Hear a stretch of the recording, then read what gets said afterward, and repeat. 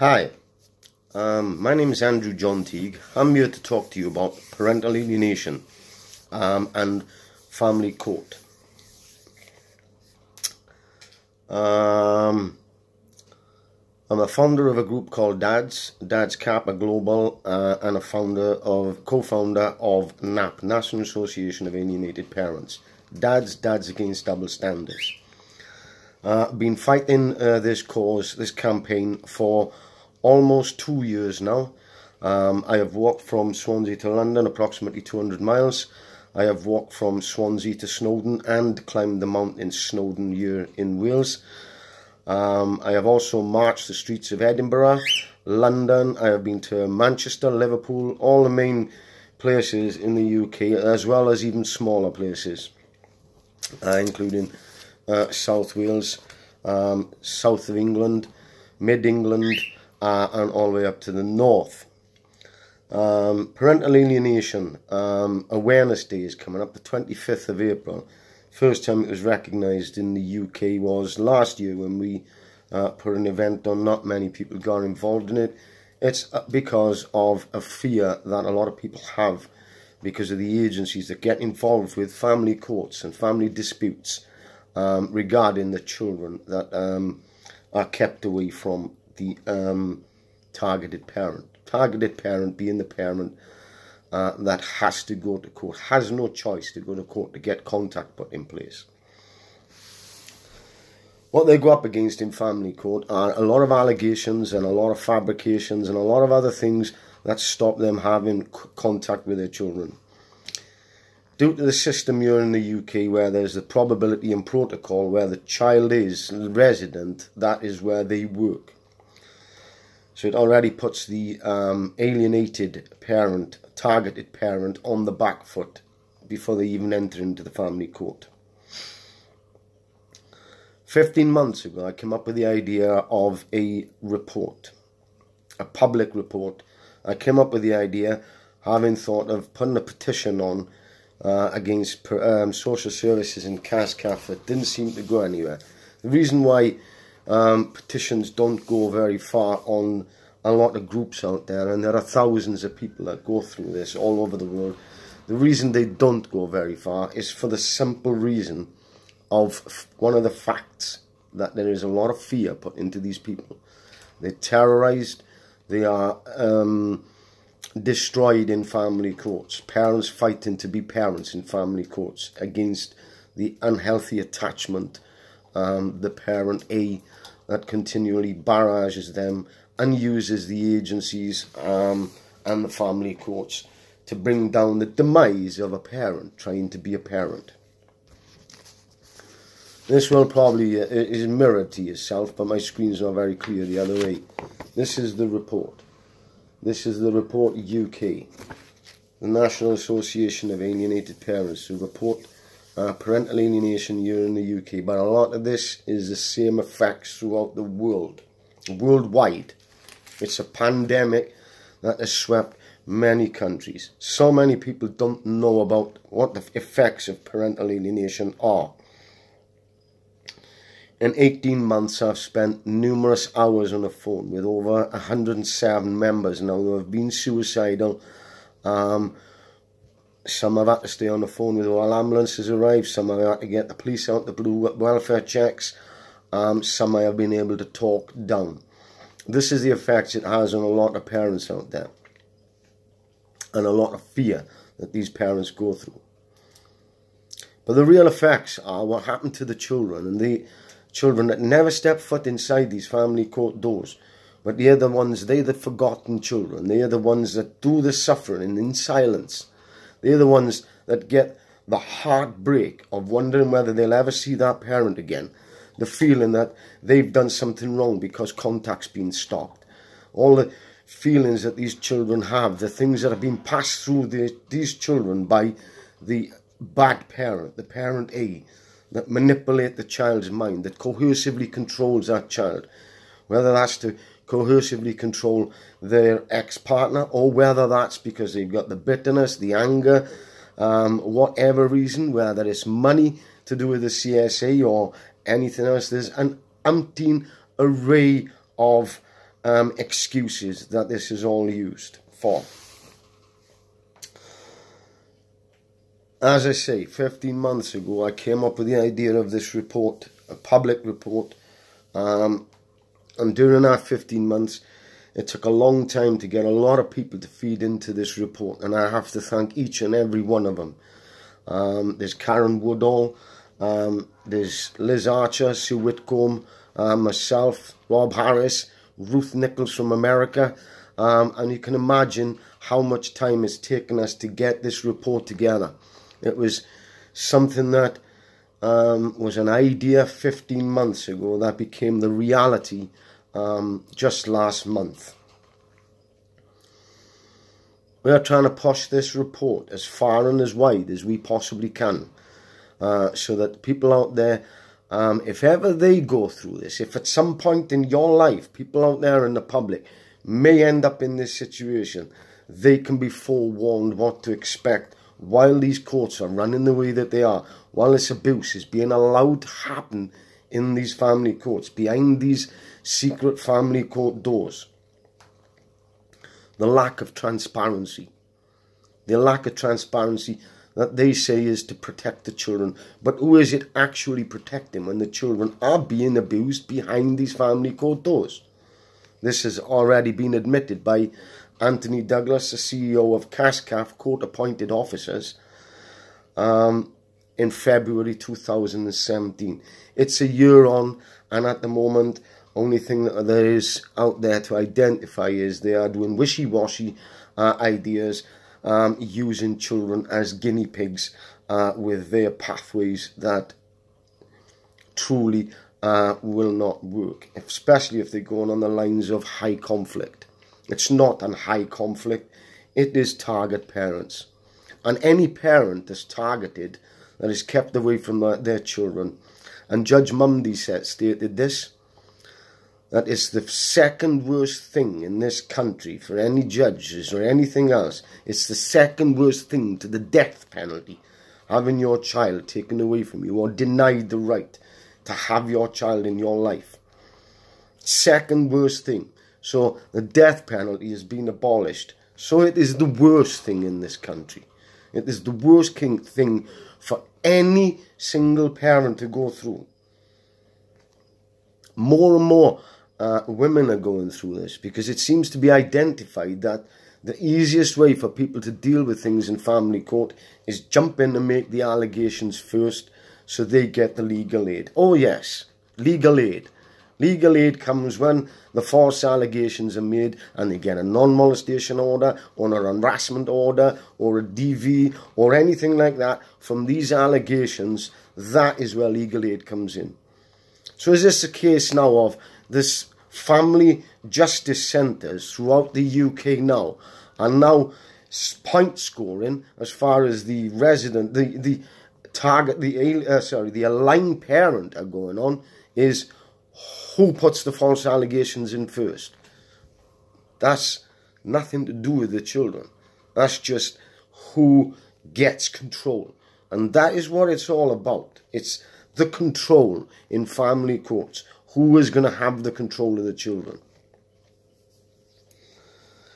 Many people out there co-parent. Many people out there co-parent. Many families are still together. But it is nobody that is immune from parental alienation or from children being used as weapons in family court. Because that's where it starts. Where them children are being used as weapons in family court. Then there's a dirty, muddy puddle throughout the whole family court. Long, lengthy periods in family courts. Where children eventually, no doubt, feel almost like the Stockholm Syndrome effect. Where they feel, is this as good as it gets? And that is where children are more likely to deny the other parent, the targeted parent. Not through choice. No child chooses to lose a parent. No child chooses to lose a grandparent. No child chooses to lose their auntie. No child chooses to lose contact with their other siblings, nieces, cousins, nephews, even friends. This is why we are fighting this battle on as many levels as we possibly can.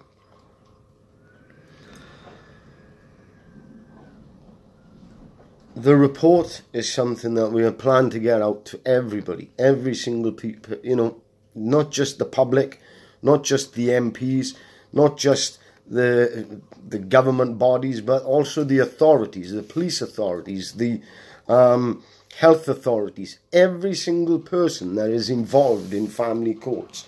And one way or another, they all are. Police get used when false allegations are made.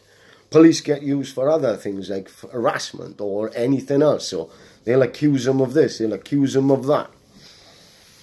And yet nothing happens to these people when they're found out to be false allegations or where there's nothing to answer to. So they continue to carry on doing it because nothing happens. But yet if they take these cases that can seriously damage people's credibility and even cause them problems with their lives, with some of the allegations that are made. Some of the allegations are absolutely disgusting, not founded, not substantiated, no proof of anything, and that is because of probability in family courts with social services. It's okay giving someone the ammunition, the likes of social services, but when they abuse it through the family courts, that's not good. That's absolutely not good when they're abusing that position where they are supposed to be there to protect and safeguard these children. When they're failing that, leaving these children in a relationship where there is domestic violence. You know, domestic violence, should it just be about two adults, or should we also take into account that these children are in that relationship as well? And if there's abuse going on in there, then that needs to be identified, it needs to be put out there, and it needs to let the public, the media, and everybody know what has already been admitted by Kafkas. They already know. And don't think for 1 minute that social services haven't known. Although approximately 15 months ago they said, we don't want change, we don't want to change. Of course they don't. It's less work for them if they deal with it the one way they are. So it's all about, they have no ethics at all. They are not fit for purpose, and they're not fit for practice. Not the way that they are running. Yet small identifying changes would make massive differences in family court, and it would certainly then safeguard the children, forgotten children, because that is what's happening with the children.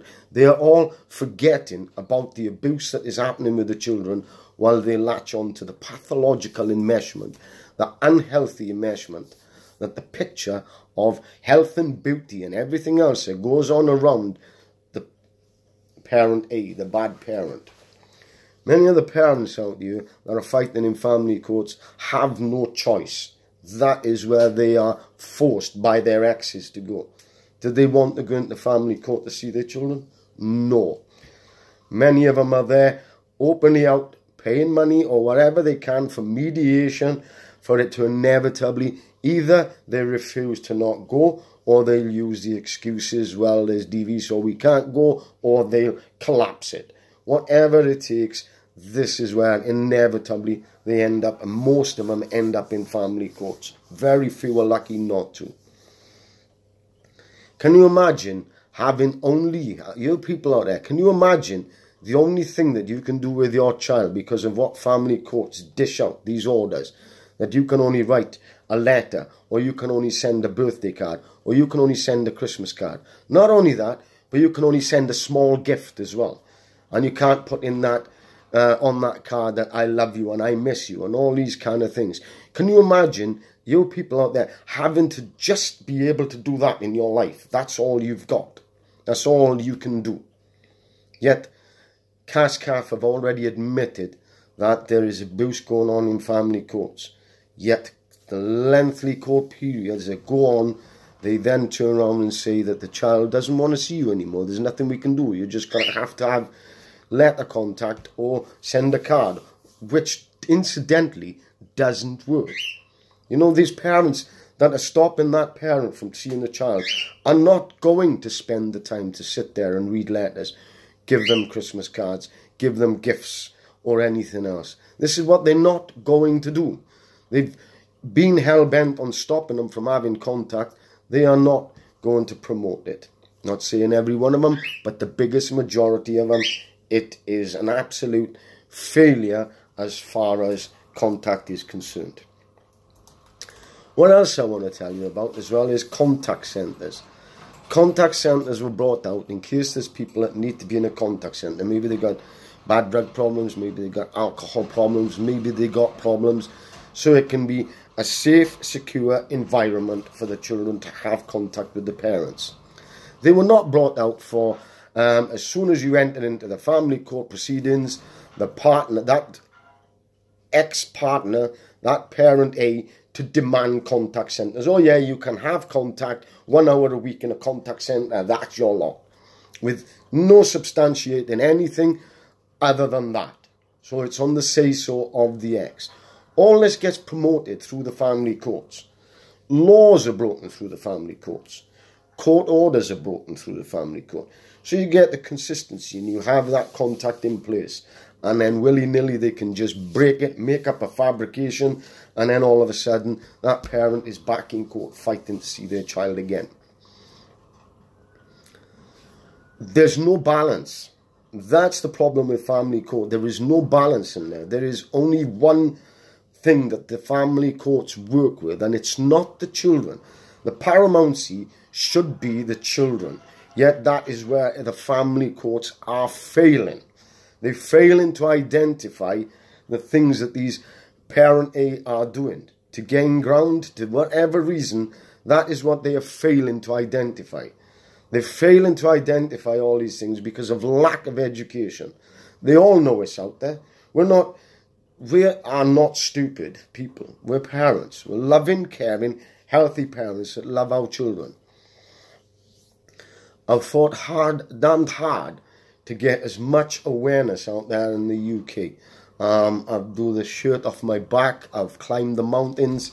I've walked the streets. I've marched. I've stood outside the courthouses. Stepped up to levels now. I've got the report here that from an idea that is now stemmed into the public report. I've also the idea with the educational DVD, which is due out the end of this March. These are the things that I am getting, not just to help the parents out there, the targeted parents that's out there, and the children out there, but it's also there to identify the problems, to educate the system that can finally turn around and say, well, this is what we need to do, and this is what we need to do for these children that are forgotten. It's very easy to latch on to something because it's the easiest way. Very easy. And it's called lazy workmanship. You know, cutting corners, being lazy, whatever you want to call it. And this is why we have to have people in here that identify the problems, and professional people, experts, that know, that have dealt with this over periods of time. Not people that don't know, that turn a blind eye to it and don't realise the effect that this has long-term on children. The effects that don't always show with children. This is why we need schools to have something in place for these children to fall back on, so they can have the support in schools. 32 hours a week, schools are there. For that 32 hours, they need to be able to identify the signs or the no signs. And the only way of doing that is to have something in the schools, whether it's an half an hour, twice a week, where they can go into a room, where they can feel safe enough to have support and be able to trust someone enough to be able to have their own free mind. You know, 3 months of indoctrination, brainwashing, whatever you want to call it, can take anything from 3 months to get 6 months to get a child to feel comfortable enough to trust someone enough to speak to them. Yet alone some of these parents whose children have been going through this for 2 years, 3 years, 7 years. So you can imagine that the only way with some of these is intervention. It's a therapeutic intervention, a family reunification in some cases, where these children have to be brought back into these children's lives and, you know, infused back into their lives because of the damage that has been caused. You know, If your TV breaks, you fix it. If your car breaks, you fix it.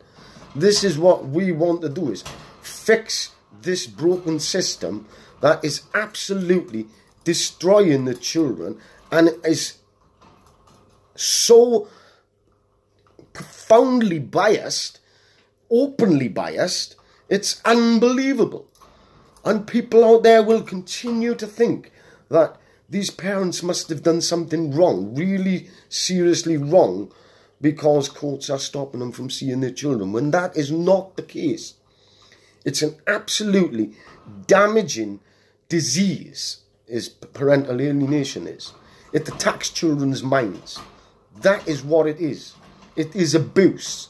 It is a disease that is continuously damaging children. And it needs to be stamped out like any other disease.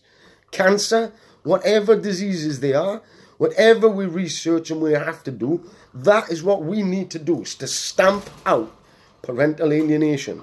Stop it from starting in family courts. Stop it from the children being used in family courts as weapons continuously, which has gone on for decades. It's not about the heart, the passion, the cojones, whatever everybody else wants to call it out there. It's about the fact that it's wrong, and it is damaging children that will inevitably turn out to be teenagers, troublesome teenagers, potentially. A lot of things that can happen to these children now, later on through their life, and even when they become adults. So the answer is to stamp it out. Is to stop it completely. Stop these children being used and abused. That's where we're at. Stop these children being used and abused. This report is not something that's just going out throughout family courts. The report is going out through every single people that get involved in this.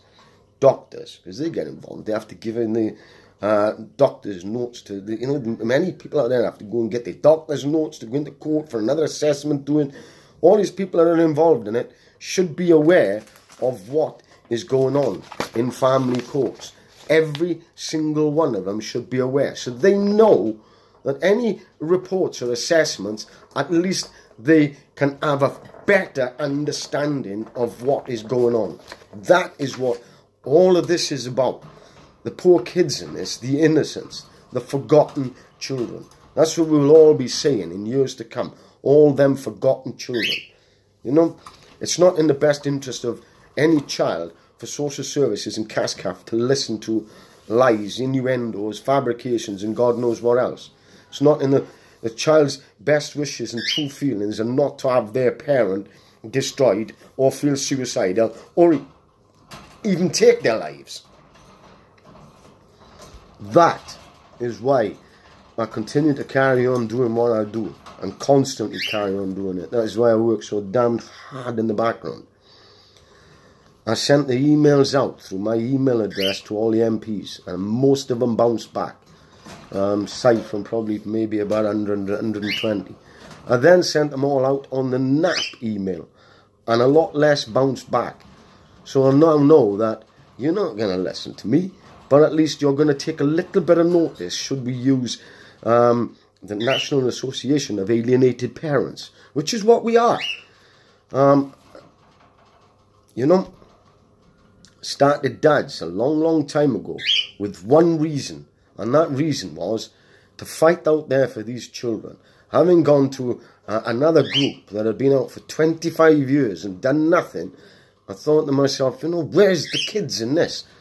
So that's why I went out there, and I made a vow to myself to make sure that I fight and continuously fight for these children, even though I've had them barrage everything against me because of me doing this. It's not in the best interest of my child to do this, fighting for everybody else's children. Either you stop or we're going to stop your contact. These are the things that I've had, and that's not right neither. I have a human right. I'm a human being. Last time I looked in the mirror, I was. Last time I pinched myself, I was. Look, I'm doing it now. I'm a human being. And we all have rights. And we all should know. Many of you out there don't know. You should all know. It's your taxpayers' money that pays these legal aid boards that go in there and fight these cases to destroy these kids and abuse these kids. So inevitably, that's where your money's going. Go figure. Anyway, thank you for watching. I hope many of you will share this video. It's the truth. It's factual. The report has been, there's a lot of research being done in this report as well. It's not something that was just put out there willy-nilly. So, there we are. We've done it. A lot of people have got involved in it, and we're handing it to everybody out there on a plate, free of charge to send to whoever you want. Anyway, thank you for joining me. Thank you all. Ta-ra now.